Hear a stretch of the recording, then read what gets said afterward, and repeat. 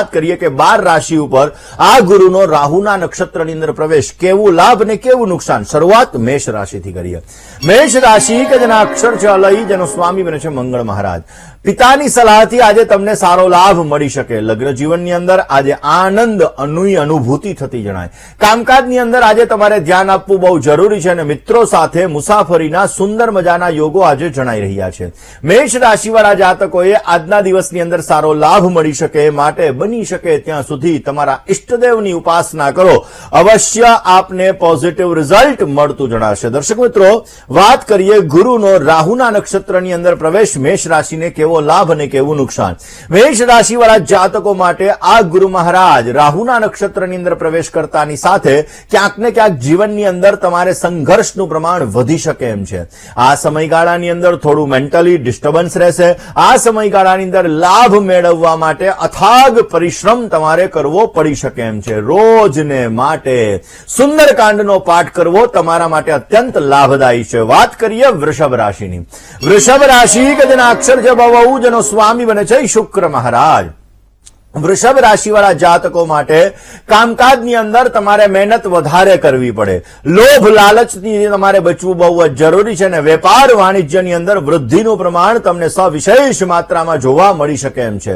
નોકરીના સ્થળે જીદ ન કરવી તમારા માટે લાભદાયી રહેશે. વૃષભ રાશિવાળા જાતકોએ આજના દિવસની અંદર શિવજીની આરાધના કરવી અત્યંત લાભદાયી છે. વૃષભ રાશિવાળા જાતકોને આ ગુરુ મહારાજનો રાહુના નક્ષત્રની અંદર પ્રવેશ ક્યાંક ને ક્યાંક જોવા જઈએ તો જીવનની અંદર સંઘર્ષનું પ્રમાણ વધારે લઈને આવશે. મેન્ટલી ડિસ્ટર્બન્સનું પ્રમાણ વધી જશે. ઓચિંતાના ગુસ્સાનું પ્રમાણ પણ વધતું જણાય. આ સમયગાળાની અંદર તમારા ક્રોધ ઉપર, તમારા ગુસ્સા ઉપર કાબુ રાખો અને જલ્દબાજીની અંદર કોઈ પણ પ્રકારના નિર્ણયો ન લો, નહીતર સમસ્યાઓનું સર્જન થતું જણાય. રોજ વિષ્ણુ સહસ્રનામાવલીનો પાઠ કરવો તમારા માટે અત્યંત લાભદાયી છે. વાત મિથુન રાશિની કરીએ. મિથુનના અક્ષર છે કચ્છ અને ઘ, જેનો સ્વામી બને છે બુધ મહારાજ. સફળતાની આ સુંદર મજાના યોગો આજે જણાઈ રહ્યા છે. આજના દિવસની અંદર પ્રિયજનોથી તમને સારા સમાચારની પ્રાપ્તિ થતી જણાય ને મહત્વના કામકાજની અંદર આજે સુંદર મજાનો સહયોગ તમને મળી શકશે. લાંબા ગાળાના કામકાજની અંદર આજે તમારે ધ્યાન આપવું બહુ જ જરૂરી છે. મિથુન રાશિવાળા જાતકોએ આજના દિવસની અંદર બની શકે ત્યાં સુધી દુર્ગાર્તિશમની, દુર્ગા પદવી નિવારની, દુર્ગાના 32 નામનો જપ કરો. પોઝિટિવ રિઝલ્ટ મળશે. મિથુન રાશિવાળા જાતકોને ગુરુ મહારાજનો રાહુના નક્ષત્રની અંદર પ્રવેશ તમારી રાશિની અંદર જ, જેના લીધે જોવા જઈએ તો આ સમયગાળાની અંદર તમારું પારિવારિક જીવન સારું રહેતું જણાશે.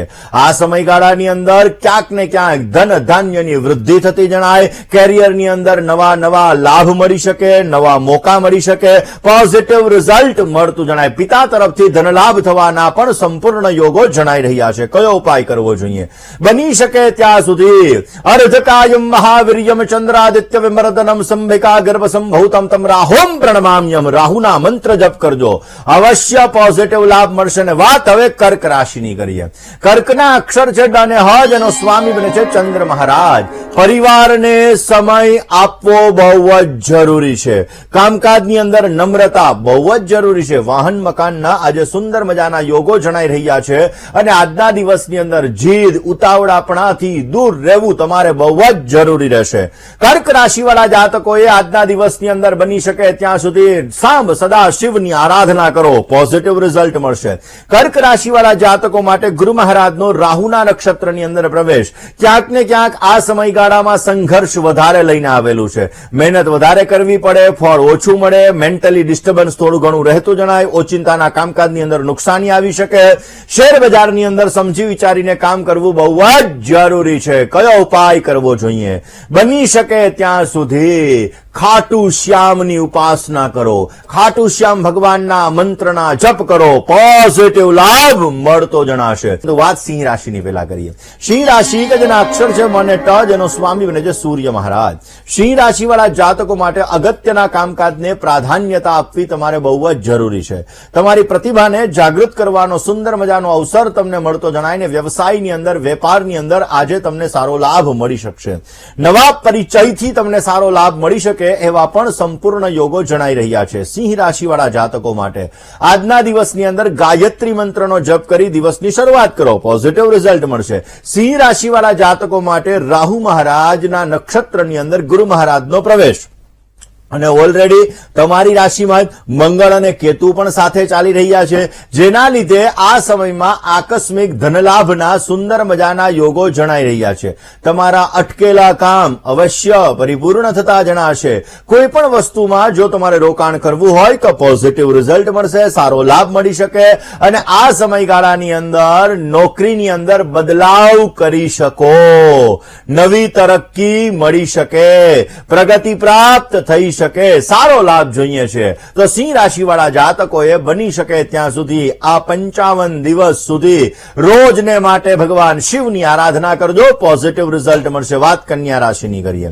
કન્યાના અક્ષર છે પઠ અને હણ.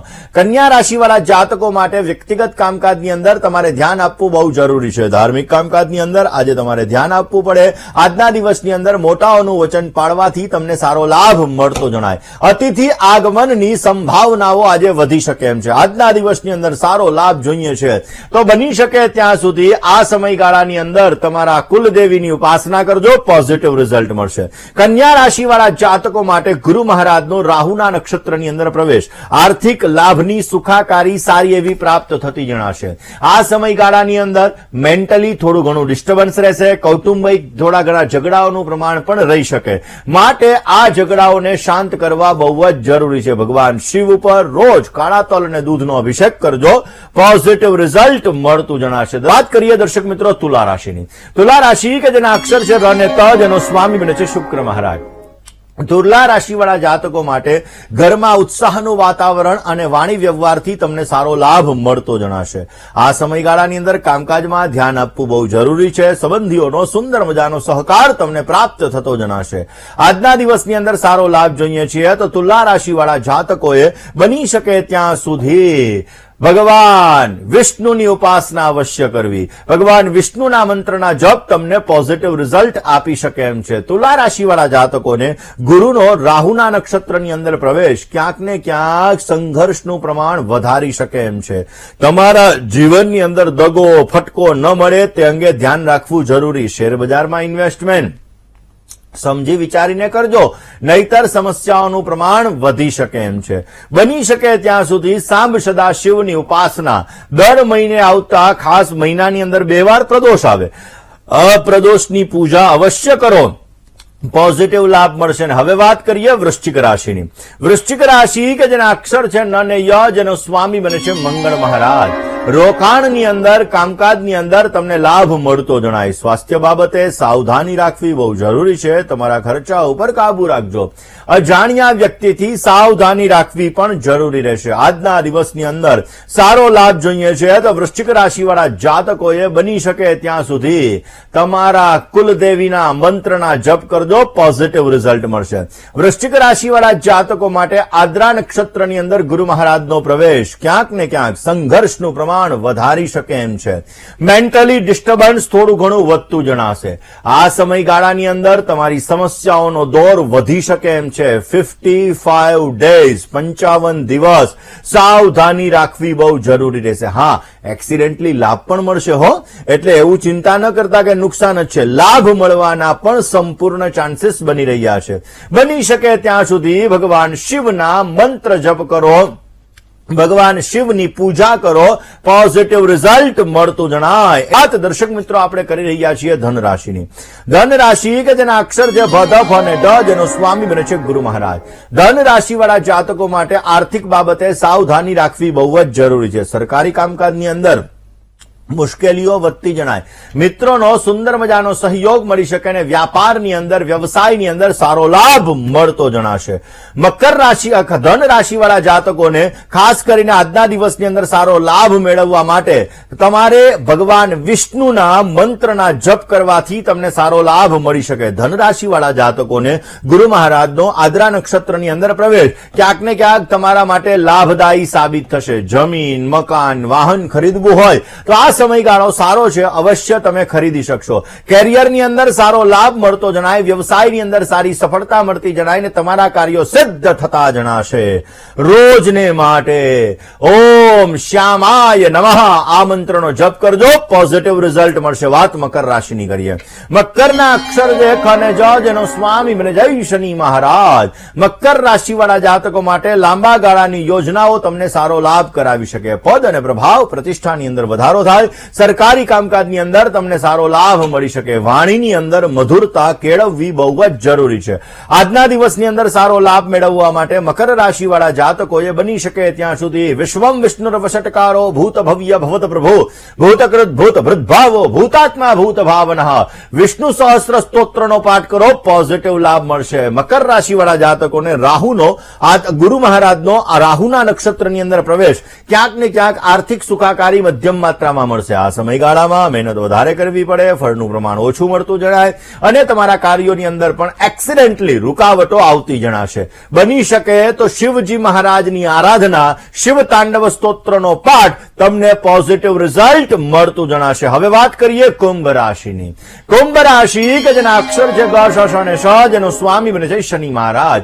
જોખમી કામકાજથી દૂર રહેવું બહુ જરૂરી છે. જવાબદારીની અંદર આજે વધારો થતો જણાય. કામકાજની અંદર ધીરજ રાખવીને ખોટા ખર્ચા ઉપર કાબુ રાખવો જ જરૂરી છે. કુંભ રાશિવાળા જાતકોએ આજના દિવસની અંદર પોઝિટિવ રિઝલ્ટ મેળવવા માટે શંકર ભગવાનના મંત્રના જપ પોઝિટિવ લાભ આવશે. કુંભ રાશિવાળા જાતકોને મિથુન રાશિના અંદર આવતા આદ્રા નક્ષત્રની અંદર ગુરુ મહારાજનો પ્રવેશ ક્યાંક ને ક્યાંક સમસ્યાઓનું સર્જન કરાવડાવશે. મહેનત વધારે કરાવે, ફળ ઓછું અપાવે, કૌટુંબિક વૈચારિક મતભેદોનું પ્રમાણ વધતું જણાય, માઇન્ડની અંદર નેગેટિવિટીનું પ્રમાણ વધતું જણાય. આ સમયગાળાની અંદર બને ત્યાં સુધી ભગવાન વિષ્ણુના મંત્રના જપ પોઝિટિવ લાભ આપશે. વાત મીન રાશિની કરીએ. મીનના અક્ષર છે દ ચ ઝ અને થ જેનો સ્વામી બને છે ગુરુ મહારાજ. કોન્ફિડન્સ લેવલ તમારું વધતું જણાય ને એ કોન્ફિડન્સથી તમારા કામ સુધરી શકે. દાંપત્ય જીવનની અંદર આજે આનંદની અનુભૂતિ થાય ને ભાગીદારી વર્ગ દ્વારા સારો લાભ મળતો જણાય.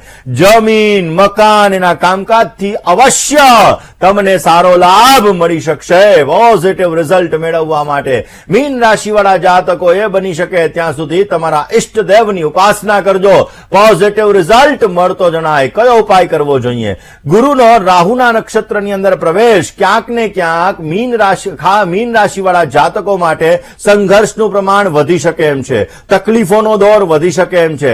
આ સમયગાળાની અંદર કામકાજની અંદર સમસ્યાઓનું પ્રમાણ પણ વધી શકે એમ છે. માટે ઈષ્ટદેવની ઉપાસના કરજો, પોઝિટિવ લાભ મળી શકે.